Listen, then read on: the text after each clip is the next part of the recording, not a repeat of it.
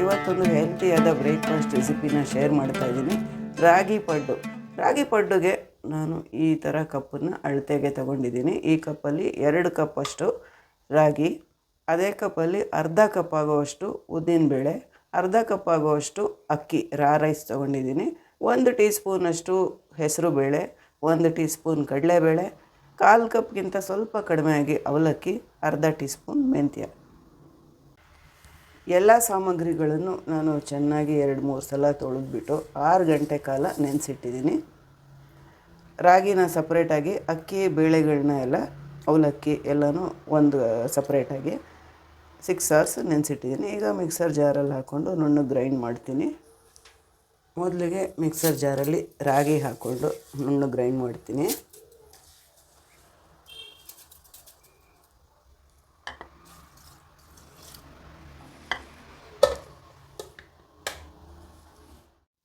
ಹಿಟ್ಟು ರುಬ್ಬಿದ್ದಾಗಿದೆ, ನುಣ್ಣಗೆ ರುಬ್ಬಿದ್ದೀನಿ. ಈಗ ಫರ್ಮೆಂಟ್ ಆಗೋದಕ್ಕೆ ಮುಚ್ಚಿಟ್ಟು ಒಂದು 8 ಅವರ್ಸ್ ಬಿಡಬೇಕಾಗುತ್ತೆ. 8 to 10 ಅವರ್ಸ್ ಬಿಟ್ಟರೆ ಫರ್ಮೆಂಟ್ ಆಗುತ್ತೆ. ಉಪ್ಪು ಹಾಕಿಲ್ಲ, ಪಡ್ಡು ರೆಡಿ ಮಾಡುವಾಗಲೇ ಉಪ್ಪು ಹಾಕೋದು. ಪಡ್ಡುಗೆ ಹಿಟ್ಟು ರುಬ್ಬಿಟ್ಟು ಫರ್ಮೆಂಟ್ ಆಗೋದಕ್ಕೆ ಬಿಟ್ಟಿದ್ದೆ. ಸಖತ್ತಾಗಿ ಫರ್ಮೆಂಟ್ ಆಗಿದೆ ನೋಡಿ. ಉಪ್ಪು ಒಂದು ಹಾಕಿರಲಿಲ್ಲ, ಈಗ ಉಪ್ಪು ಹಾಕ್ತಾಯಿದ್ದೀನಿ.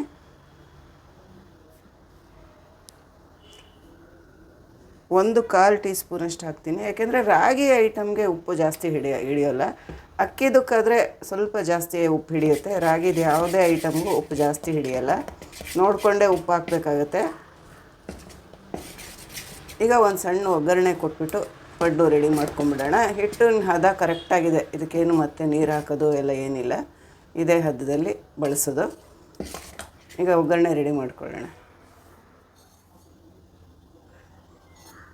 ಈಗ ಬಾಣಲಿನಲ್ಲಿ ಒಂದು 3 ಟೀ ಸ್ಪೂನಷ್ಟು ಎಣ್ಣೆ ಹಾಕ್ಕೊಂಡಿದ್ದೀನಿ.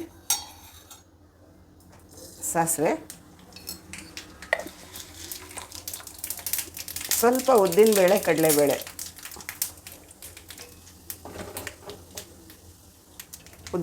ಕಡಲೆಬೇಳೆ ಸ್ವಲ್ಪ ಬಣ್ಣ ಬಿಟ್ಟಿದೆ. ಹಸಿಮೆಣಸಿನ್ಕಾಯಿ ಸಣ್ಣದಾಗಿ ಹಚ್ಚಿದ್ದು ಒಂದು 2 ಹಸಿಮೆಣಸಿನ್ಕಾಯಿ ಹಾಕ್ತಾಯಿದ್ದೀನಿ.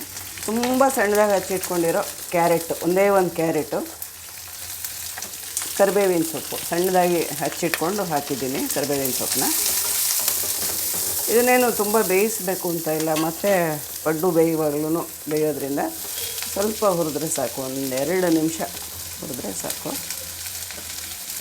ಈರುಳ್ಳಿ, ಒಂದು ದೊಡ್ಡ ಸೈಜಿನ ಈರುಳ್ಳಿ, ಎಲ್ಲನೂ ಸಣ್ಣದಾಗಿ ಹಚ್ಚಿಟ್ಕೊಳ್ಬೇಕು.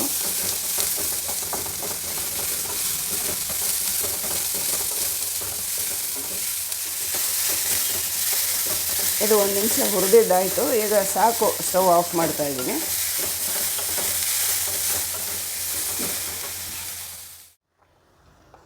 ಈಗ ಒಗ್ಗರಣೆನ ಹಿಟ್ಟಿನಲ್ಲಿ ಸೇರಿಸ್ತಾ ಇದ್ದೀನಿ.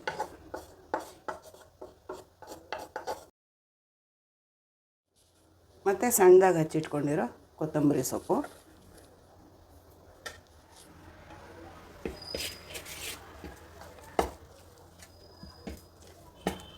ಇದಕ್ಕೆ ಏನೂ ಆಗಲಿ ಸೋಡಾ ಆಗಲಿ ಯಾವುದು ಹಾಕೋ ಅವಶ್ಯಕತೆ ಇಲ್ಲ, ಚೆನ್ನಾಗಿ ಫರ್ಮೆಂಟ್ ಆಗಿದೆ.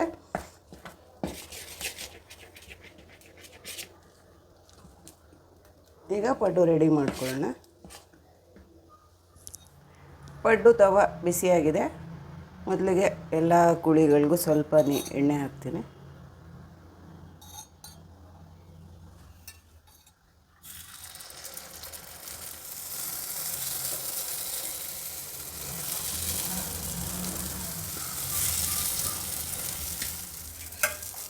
ಈಗ ಒಂದು ಪ್ಲೇಟ್ ಮುಚ್ತೀನಿ. ಸಿಮ್ಮಲ್ಲೇ ಇಟ್ಬಿಟ್ಟು ಬೇಯಿಸಬೇಕು ಪಡ್ಡನ್ನ.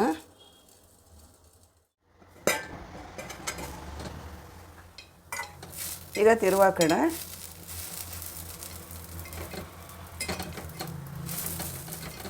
ಎರಡೂ ಕಡೆ ಚೆನ್ನಾಗಿ ರೋಸ್ಟಾಗಿ ಬೇಯಿಸಬೇಕು.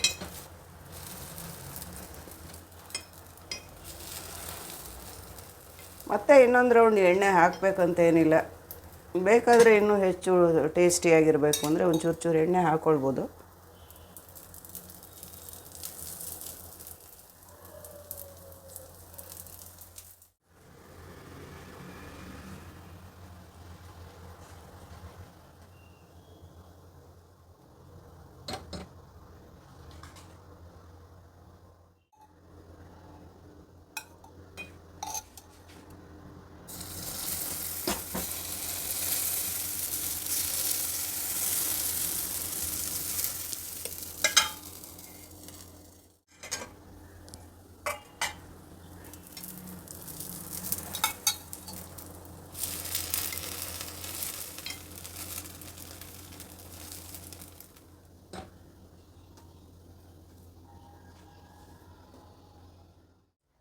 ರಾಗಿ ಹಿಟ್ಟು ಬಳಸಿ ಮಾಡಿದ ಪಡ್ಡು. ನಾವು ಎಲ್ಲ ತಿಂಡಿನೂ ಅಕ್ಕಿ ಬಳಸ್ಕೊಂಡೇ ಮಾಡ್ತೀವಿ. ರಾಗಿನಲ್ಲಿ ಹೆಚ್ಚು ಫೈಬರ್ ಇದೆ, ಹೆಲ್ತಿ ಕೂಡ. ಹಾಗಾಗಿ ರಾಗಿ ಬಳಸಿ ಒಂದು ಸಲ ಟ್ರೈ ಮಾಡಿ ನೋಡಿ. ತುಂಬ ಟೇಸ್ಟಿಯಾಗಿ ಕೂಡ ಇರುತ್ತೆ, ಆರೋಗ್ಯಕ್ಕೂ ತುಂಬ ಒಳ್ಳೆಯದು. ಇದ್ರ ಜೊತೆಗೆ ಒಳ್ಳೆ ಕಾಯಿ ಚಟ್ನಿ ರುಚಿಯಾಗಿರುತ್ತೆ.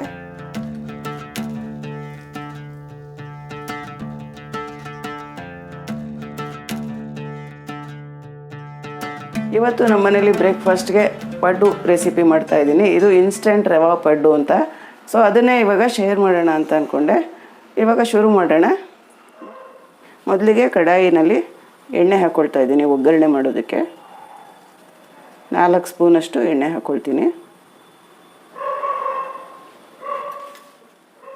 ಎಣ್ಣೆ ಬಿಸಿಯಾಗಿದೆ, ಸಾಸಿವೆ ಹಾಕ್ತಾಯಿದ್ದೀನಿ.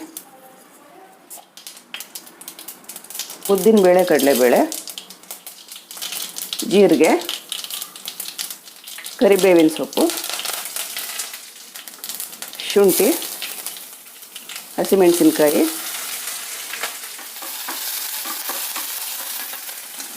ಈರುಳ್ಳಿ,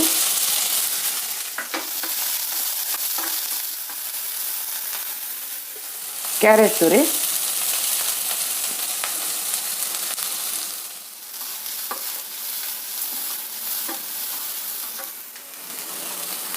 ಈಗ ರವೆ ಹಾಕ್ತಾಯಿದ್ದೀನಿ. ರವೆನ 2-3 ನಿಮಿಷ ಸ್ವಲ್ಪ ಹುರಿಬೇಕು. ಸ್ವಲ್ಪ ಬಿಸಿ ಆಗುವಷ್ಟು, ರವೆ ಬಿಸಿ ಆಗುವಷ್ಟು ಹುರ್ಕೊಳ್ಬೇಕು.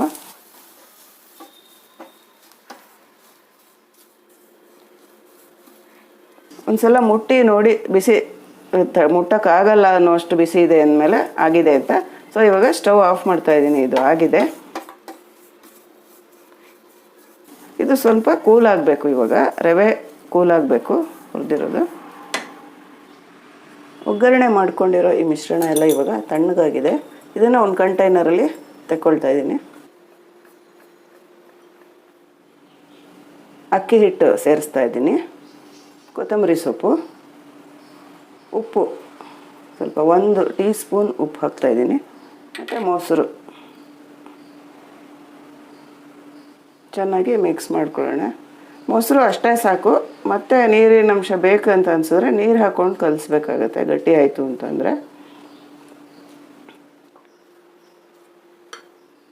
ನೀರು ಹಾಕ್ತಾಯಿದ್ದೀನಿ ಸ್ವಲ್ಪ.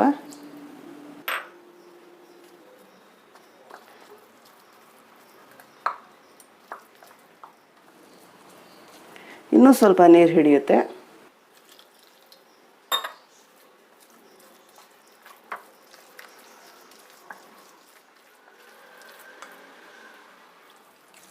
ಇದನ್ನು 20 ಮಿನಿಟ್ಸ್ ಅಷ್ಟು ಸೆಟ್ ಆಗೋದಕ್ಕೆ ಬಿಡಬೇಕು ಮುಚ್ಚಿಟ್ಟು.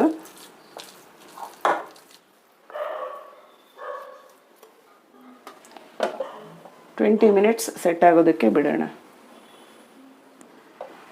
20 ನಿಮಿಷ ಆಗಿದೆ, ಸೆಟ್ ಆಗಿರುತ್ತೆ. ಇದು ಹೊಂದ್ಕೊಂಡಿದೆ ನೋಡಿ ಚೆನ್ನಾಗಿ. ಇದಕ್ಕೆ ದೋಸೆ ಹಿಟ್ಟು ಅಥವಾ ಇಡ್ಲಿ ಹಿಟ್ಟಿನ ಹದಕ್ಕೆ ಇದನ್ನು ಸೆಟ್ ಮಾಡ್ಕೋಬೇಕು ನೀರು ಹಾಕಿ. ತುಂಬ ತೆಳ್ಳಗೂ ಮಾಡ್ಕೊಳ್ಬಾರ್ದು.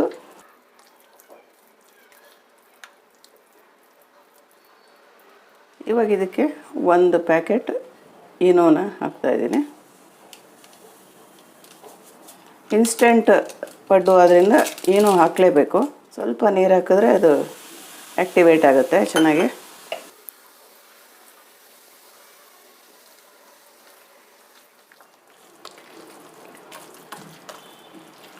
ಪಡ್ಡು ಬ್ಯಾಟರ್ ರೆಡಿ ಆಯಿತು. ಪಡ್ಡು ಮಾಡ್ಕೊಳ್ಳೋಣ ಈಗ.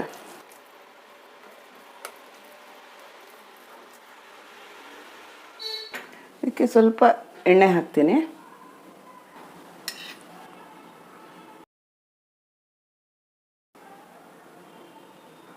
ಈಗ ಪಡ್ಡು ಹಾಕ್ಕೊಂಡು ರೆಡಿ ಮಾಡ್ಕೊಳ್ಳೋಣ.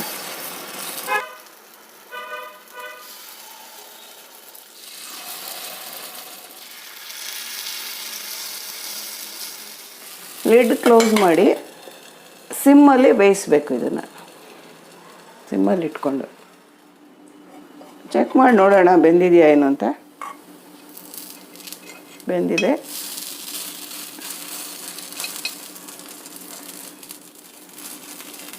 ತಿರುವಾಕಿ ಇನ್ನೊಂದು ಸೈಡನ್ನು ಬೇಯಿಸಬೇಕು.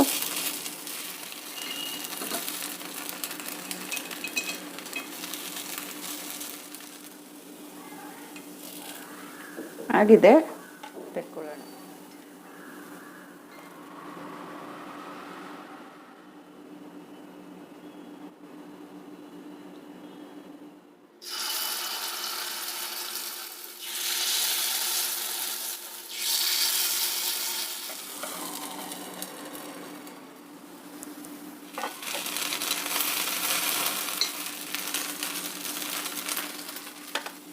ತಿರುವು ಹಾಕಿದಾಗ ಸ್ವಲ್ಪ ಫ್ಲೇಮ್ ಜಾಸ್ತಿ ಮಾಡ್ಕೊಳ್ಬೇಕು, ಆವಾಗ ಇನ್ನೊಂದು ಸೈಡು ಚೆನ್ನಾಗಿ ಗರಿ ಗರಿಯಾಗಿ ಬೇಯುತ್ತೆ.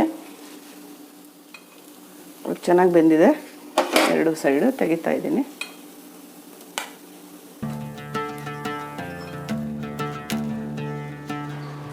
ಇನ್ಸ್ಟೆಂಟಾಗಿ ರೆಡಿ ಆದಂಥ ಇನ್ಸ್ಟೆಂಟ್ ರವೆ ಪಡ್ಡು ಕೇವಲ ಅರ್ಧ ಗಂಟೆಯಲ್ಲಿ ರೆಡಿ ಆಯಿತು. ಸಾಫ್ಟಾಗಿ ಗೂಡಾಗಿ ಎಷ್ಟು ಮೃದುವಾಗಿದೆ. ಚಟ್ನಿ ಜೊತೆ ನಾನಿಲ್ಲಿ ಸರ್ವ್ ಮಾಡಿದ್ದೀನಿ.